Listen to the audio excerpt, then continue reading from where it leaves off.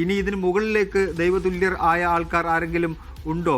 അത് ആ പ്രയോഗം എന്തായാലും ഈ കേസിൽ ഏറ്റവും നിർണായകമായൊരു പ്രയോഗമായിട്ട് നമുക്കതിനെ കാണേണ്ടിയിരിക്കുന്നു. ദൈവതുല്യർ ഇരിക്കുമ്പോൾ ഞാൻ എന്ത് ചെയ്യാനാ എന്ന തരത്തിലാണെന്ന് തോന്നുന്നു അദ്ദേഹം അത് പറഞ്ഞിട്ടുള്ളത്. അത് ആ പ്രയോഗം, ആ ഒറ്റ വാചകം, അത് വളരെ ശ്രദ്ധയോടുകൂടി തന്നെ അന്വേഷണ സംഘം അതിനെ നോക്കിക്കണ്ടിട്ടുണ്ട്. ആ ദൈവതുല്യർ അത് പുറത്ത് ചർച്ച ചെയ്യുമ്പോഴത്തേക്ക് അത് പിണറായി വിജയനായും കടകംപള്ളി സുരേന്ദ്രനായും എല്ലാം മാറിയെങ്കിൽ യഥാർത്ഥ വസ്തുതയിലേക്ക് വരുമ്പോൾ ദൈവതുല്യർ ആയി നമുക്ക് കാണാൻ കഴിയുന്ന, അല്ലെങ്കിൽ വിശ്വാസികൾ കണ്ടുകൊണ്ടിരിക്കുന്ന ഒരാളെ തന്നെ പ്രത്യേക സംഘം ഈ സ്വർണ്ണപ്പാളി വിവാദവുമായി ബന്ധപ്പെട്ട് കസ്റ്റഡിയിലെടുത്ത് അറസ്റ്റ് രേഖപ്പെടുത്തിയിരിക്കുന്നു എന്നുള്ളതാണ് ഏറ്റവും പ്രധാനപ്പെട്ട കാര്യം. ഇതിന് മുകളിലേക്ക് വിഷയം പോകുമോ എന്ന് നോക്കിക്കാണേണ്ടത് തന്നെയാണ്. ഇങ്ങനെ ഇതിന് മുകളിലേക്ക് പോകുകയാണെന്നുണ്ടെങ്കിൽ ഇതിലും വലിയ ആൾക്കാരെ വേണം പിടിക്കാൻ. ഇതിലും വലുത് എന്ന് പറയുമ്പോൾ മന്ത്രിതലത്തിലേക്ക് ഒക്കെ പോണ്ടി വരും. അങ്ങനെ അല്ലെങ്കിൽ ഇവിടെ കൊണ്ട് അവസാനിപ്പിക്കുമോ? ഈ തന്ത്രി ഇതിൽ കൂടുതൽ എന്താണ് ചെയ്തിട്ടുള്ളത്? ഇത് കൊണ്ടുപോകാൻ വേണ്ടിയുള്ള സഹായം മാത്രം ചെയ്തിട്ടുള്ളതാണോ? അതോ സാമ്പത്തിക സഹായം എന്തെങ്കിലും, അല്ലെങ്കിൽ സാമ്പത്തികമായ എന്തെങ്കിലും നേട്ടം അദ്ദേഹത്തിന് ഉണ്ടായിട്ടുണ്ടോ? ഈ കാര്യങ്ങളിലൊക്കെ വ്യക്തത വരുത്തേണ്ടത് അന്വേഷണ സംഘമാണ്. അതുപോലെ തന്നെ ഇവർ ഉന്നയിക്കുന്ന ചോദ്യങ്ങൾക്ക് മറുപടി നൽകേണ്ടത് തന്ത്രിയാണ്. ഈ സാമ്പത്തിക ലാഭം ഉണ്ടായിട്ടുണ്ടോ എന്ന് പരിശോധിക്കാൻ വേണ്ടി വിവിധ ബാങ്ക് അക്കൗണ്ടുകൾ പരിശോധിച്ചാൽ മതിയാകും.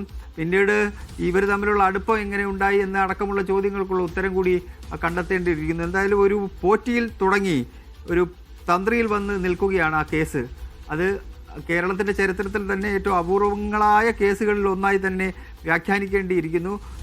നേരത്തെ ഇങ്ങനെ ഒരു ഗൺ ഷോട്ടിനെ അറസ്റ്റ് ചെയ്യുമ്പോൾ അത് സമൂഹം ആകെ അമ്പരന്നിങ്ങനെ നിൽക്കുന്നത് നമ്മൾ കണ്ടിട്ടുണ്ട്. ദിലീപിനെ അറസ്റ്റ് ചെയ്ത സമയത്താണ് അങ്ങനൊരു സംഭവം ഉണ്ടാകുന്നത്. അതിനുശേഷം ഒരു കേസിൽ ഒരു പ്രധാനപ്പെട്ട ആളെ അറസ്റ്റ് ചെയ്യുമ്പോൾ പലതരത്തിലുള്ള അറസ്റ്റ് ഉണ്ടായിട്ടുണ്ട്. എങ്കിലും വിശ്വസനീയമായി നമുക്ക് ഒറ്റ കേൾവിയിൽ അയ്യോ അറസ്റ്റോ എന്ന് ചോദിക്കുന്ന പലരും ചോദിച്ചിട്ടുണ്ട്. ഇപ്പോൾ ഞാനത് ഇങ്ങനെ റിപ്പോർട്ട് ചെയ്യാൻ വേണ്ടി വരുമ്പോൾ തന്ത്രി അറസ്റ്റ് ചെയ്തോ എന്നുള്ള ചോദ്യം ഉന്നയിക്കുമ്പോൾ അദ്ദേഹത്തിൻ്റെ ഭാഗത്തു നിന്നാണോ ഇതുണ്ടായത് എന്ന ഒരു സംശയം പല ആൾക്കാരുടെ ഉള്ളിലും ഉണ്ട്. അത് വരും ദിവസങ്ങളിൽ നമുക്ക് കാണാൻ കഴിയുകയും ചെയ്യും. ഈ കൂടുതൽ വിവരങ്ങൾ വരുമ്പോൾ, ചോദ്യത്തിനുള്ള ഉത്തരം കിട്ടി ആ വിവരങ്ങൾ കൂടുതൽ പുറത്തു വരുമ്പോൾ തന്ത്രി കുടുംബം, അവരുമായി ബന്ധപ്പെട്ട് നിൽക്കുന്ന വേറെ ആരെങ്കിലും ഉണ്ടോ, എല്ലാ വിശദാംശങ്ങളും പുറത്തു വരുമ്പോൾ അതിനകത്തൊരു വ്യക്തത ഉണ്ടാവുകയും ചെയ്യും. സർക്കാരിന് എന്തായാലും ഇതിനകത്ത് ടെൻഷൻ അടിക്കേണ്ട കാര്യമില്ല. കാരണം അവരൊന്നും അറിഞ്ഞിട്ടില്ലേ നമോ നാരായണ എന്ന് പറഞ്ഞ് ഇരിക്കാം.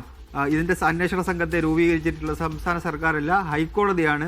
ഹൈക്കോടതിയുടെ ഡിവിഷൻ ബെഞ്ചാണ് അന്വേഷണ സംഘത്തെ രൂപീകരിച്ചിരിക്കുന്നത്. അതുകൊണ്ട് സംസ്ഥാന സർക്കാരിന് സ്വാഭാവികമായിട്ടും കൈയും കെട്ടി നോക്കിയിരുന്ന് ഇതിൻ്റെ കാര്യങ്ങൾ കാണാം. പ്രതിപക്ഷം ഇതിനെ എങ്ങനെ നേരിടുന്നു എന്നുള്ളതാണ് പിന്നീട് നമ്മൾ അറിയേണ്ട ഏറ്റവും പ്രധാനപ്പെട്ട കാര്യം. പ്രതിപക്ഷത്തിന് ഇനി രാഷ്ട്രീയം പറഞ്ഞ് മുന്നോട്ട് പോകാൻ കഴിയുമോ?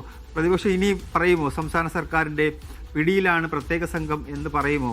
തുടങ്ങിയ ചോദ്യങ്ങൾക്കുള്ള ഉത്തരം കിട്ടേണ്ടിയിരിക്കുന്നു. പ്രതിപക്ഷ നേതാവ് ഇവിടെയില്ല. അദ്ദേഹം ബഹറിലോ ഖത്തറിലോ കണ്ട് എന്ത് പരിപാടിയിൽ പങ്കെടുക്കാൻ വേണ്ടി പോയേക്കാണ്. സ്വാഭാവികമായിട്ടും അദ്ദേഹത്തിൻ്റെ പ്രതികരണം ഉണ്ടാകും. മറ്റ് നേതാക്കന്മാരുടെ പ്രതികരണത്തിന് വേണ്ടി നമ്മൾ ശ്രമിക്കുന്നുണ്ട്. അത് വരും സമയങ്ങളിൽ ഉണ്ടാകുമെന്ന് പ്രതീക്ഷിക്കാം.